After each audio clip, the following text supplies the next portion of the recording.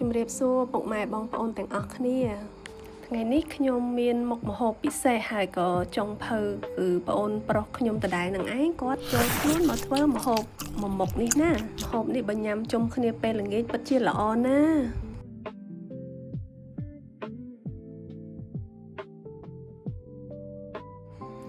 ដោយដែលបងប្អូនបានឃើញអញ្ចឹងនេះគឺជាគ្រឿងផ្សំដែលយើងនឹង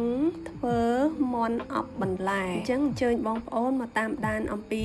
របៀបនៃការធ្វើមាន់អប់បន្លែជាមួយនឹងគាត់ទាំងអស់គ្នាណាបងប្អូនតាមពិតម្ហូបនេះសាមញ្ញទេហើយក៏ងាយស្រួលធ្វើដែរប៉ុន្តែរសជាតិគឺនិយាយថាពីអែមបងប្អូនអែមខ្លាំងណាស់ញ៉ាំហើយគឺជក់មាត់ជាប់ចិត្តលើក្រោយធ្វើទៀតហើយម្ហូបមួយមុខនេះដែរគឺពោពេញទៅដោយអាហារូបត្ថម្ភជាពិសេសបងប្អូនឃើញតែបន្លែគឺដឹងហើយគឺបន្លែមានទាំងពីពណ៌បៃតងពណ៌ទឹកក្រូចហើយជាពិសេសគឺផ្សិតទៀតផ្សិតហ្នឹងគឺសម្បូរវីតាមីនខ្លាំងណាស់បងប្អូនហើយដែលយើងចោលមិនបានហ្នឹងគឺលក្ក្រូចរំដេងហើយនឹងខ្ទឹមបារាំងនឹងឯងបងប្អូនហើយនឹងខ្ទឹមក្រហមពីព្រោះថាគ្រឿងទាំងអស់នេះគឺធ្វើឲ្យមាន់យើងឈ្ងុយឈ្ងប់ពេញឆ្នាំងតែម្ដងចាអ្វីដែលធ្វើបន្ទាប់ពីមាន់ប្រឡាក់រួចហ្នឹងណាបងប្អូនត្រូវទ្រាប់បន្លែចាម្ដេងលក្ក្រូចហើយនឹងខ្ទឹមបារាំងហ្នឹងនៅបាតសិនដើម្បីការពារបើសិនជាខ្លោចបាតគឺវាខ្លោចតែបន្លែអត់ខ្លោចមាន់យើងទេហើយចាំដាក់មាន់ពីលើទៅ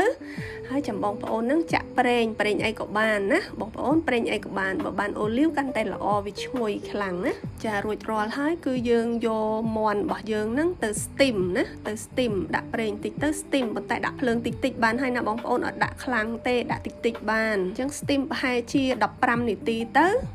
ជាការស្រេចហើយបងប្អូនកំឡុងពេលដែល steam មាន់ហ្នឹងគឺមករៀបចំបន្លែអញ្ចឹងយើងហាន់ខ្ទឹមក្រហមហាន់ស្លឹកខ្ទឹមហាន់ពោតហាន់ផ្សិតហាន់អីទាំងអស់ហ្នឹងទៅបងប្អូនមានណាហាន់បានហាន់ទាំងអស់ហ្នឹងទៅណាបងប្អូនហើយបន្លែដែលខ្ញុំដាក់ហ្នឹងគឺមានប្រមាណមុខហ្នឹងឯងហើយបើបងប្អូនចង់ថែមអីដែលមាននៅក្នុងទូទឹកកកឬក៏នៅក្នុងផ្ទះបងប្អូនថែមទៅអត់អីទេបងប្អូនកាន់តែច្រើនកាន់តែល្អណាបន្លែតែកុំថែមស្ករថែមអំបិលច្រើនបានហើយបងប្អូនខ្លាចញ៉ាំអត់កើតណាមួយទៀតគឺវាប៉ះពាល់ដល់សុខភាពយើងផងណាបងប្អូនពេលញ៉ាំត្រូវគិតពីសុខភាពផងណាបងប្អូនចាតមកទៀតគឺគាត់ចាប់ផ្ដើមហាន់ខ្ទឹមក្រហមហាន់ម្ទេសហាន់ខ្ទឹមសចាដើម្បីរៀបចំទឹកជ្រលក់បងប្អូនទាំងអស់គ្នាទឹកជ្រលក់មួយនេះគឺប្លែកហើយរសជាតិគឺដិតហើយឆ្ងាញ់ណាបងប្អូនអត់ដែលធ្វើទឹកជ្រលក់ដូចអញ្ចឹងណាបងប្អូនសាកធ្វើលោមើទឹកជ្រលក់ហ្នឹងដាក់ញ៉ាំជាមួយសាច់ត្រីអីក៏បានដែរឬក៏ញ៉ាំតំណប់ជាមួយនឹងម្ហូបផ្សេងដូចជាឆាដូចជាអីក៏បានដែរបងប្អូនគឺរសជាតិដិតឆ្ងាញ់តែម្ដងណាបងប្អូនចាអញ្ចឹងគាត់ថែមក្រូចឆ្មាអញ្ចឹងដែលពិសេសមួយទៀតគឺគាត់មានក្រូចដែលយើងយកមកធ្វើតែជ្រក់បងប្អូនគឺថែមក្រូចហ្នឹងអញ្ចឹងក្រូចហ្នឹងក៏អូបឈ្ងុយហើយដាក់ថែមក្រូចឆ្មាហើយនឹងខ្ទឹមក្រហមខ្ទឹមសហ្នឹងណានិយាយថាពីទឹកជ្រលក់ហ្នឹងគឺឆ្ងាញ់ជាប់ចិត្តតែម្ដងណាបងប្អូនថាមិនអត់ទេបងប្អូនសាកទៅធ្វើខ្លួនឯងលោមើលកុំឲ្យថាខ្ញុំចេះតែថាចាហើយបន្ទាប់មកថែមទឹកបន្តិចទៅដើម្បីឲ្យទឹកជ្រលក់ហ្នឹងវាចូលជាតិគ្នាល្អពីព្រោះថាទឹកក្រូចឆ្មាហើយនឹងស្ករហើយនឹង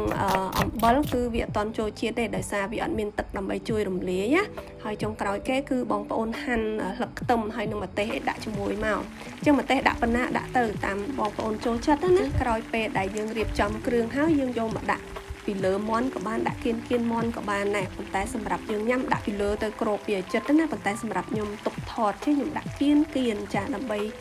ពេលថតទៅឲ្យឃើញសោភ័ណភាពស្អាតអញ្ចឹងធម្មតាទេតាមម្ហូបណាដែលយើងមើលទៅស្អាតគឺចង់ញ៉ាំហើយរសជាតិមិនក៏ដោយឲ្យតែឃើញស្អាតតាក់ទាញគឺចង់ញ៉ាំតែម្ដងមែនទេបងប្អូនចាក្រោយពីរៀបចំបន្លែរៀបអីចូលហើយបងប្អូនបិទគម្របវិញទៅហើយ steam ប្រហែលជា5នាទីអីទេយ៉ាងយូរបងប្អូនពីព្រោះមាន់ហ្នឹងយើងឆ្អិនម្សាហើយបន្លែហ្នឹងក៏យើងអត់ steam វាឲ្យឆ្អិនពេកដែរកាលណាឆ្អិនពេកវាធ្វើឲ្យបាត់បង់វីតាមីនណាបងប្អូនអញ្ចឹងបន្ទាប់ពីយើងមើលឃើញបន្លែវាទន់ញាប់ជាប់នឹងមាន់ហើយថែមគល់ស្លឹកខ្ទឹមចាគល់ស្លឹកខ្ទឹមម្ទេសឬក៏ថែមអីផ្សេងទៀតក៏បានដែរបងប្អូនចង់ថែមអីថែមទៅណាបងប្អូនណាចាគាត់អត់ថែមស្លឹកខ្ទឹមមុនទេដោយសារតែពេលយើងដាក់មុនទៅស្លឹកខ្ទឹមហ្នឹងវាឆ្អិនពេកអញ្ចឹងធ្វើឲ្យកពុលវិញអត់ឆ្ងាញ់អត់ឈ្ងុយទេអញ្ចឹងតែប៉ុណ្្នឹងមករួចជាការស្រេចហើយបងប្អូនឥឡូវនេះដល់វេន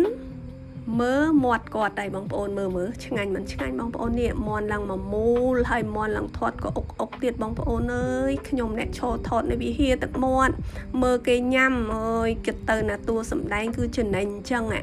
anh nè thoát ít cho nằm tờ lép tật mọt tờ hay nè sầm đáy nu mà cái pi ơi mà mọt bình bập hay pleu mùi tiệt ở miền cắt anh nè thoát anh tích tê nè chăm lực còi nhom đôi quạt mà thoát bình nhom nè plu hay nè ban nè mà chui plu tiệt bóng ôn mòn mùi pleu pi dương nè thọt nâng đằng miền pleu tê đằng tọt đây bóng ôn ơi cha vậy men bóng ôn hộp đi ngay bóng ôn ai chơi xả bóng bán á ở con tràn